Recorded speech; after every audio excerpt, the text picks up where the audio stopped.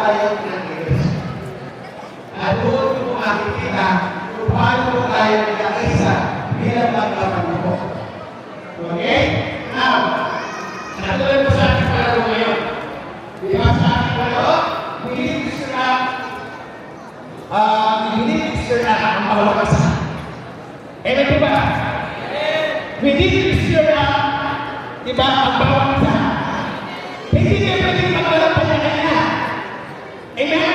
O hindi naman pwedeng maglalap ng gusto niya. Amen?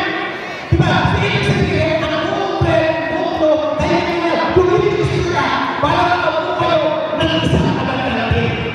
And then the ministry, ito na ministry. Diba?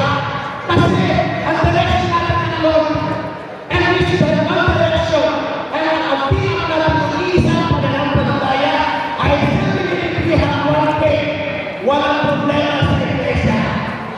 Amen? Bakit? Because lahat po ay sabihin and bound to the Word of God. If you know the Word of God, kaya naman sa Lord, na ikaw ang gusto magagawa ng issue. Amen? Next word na sa ko,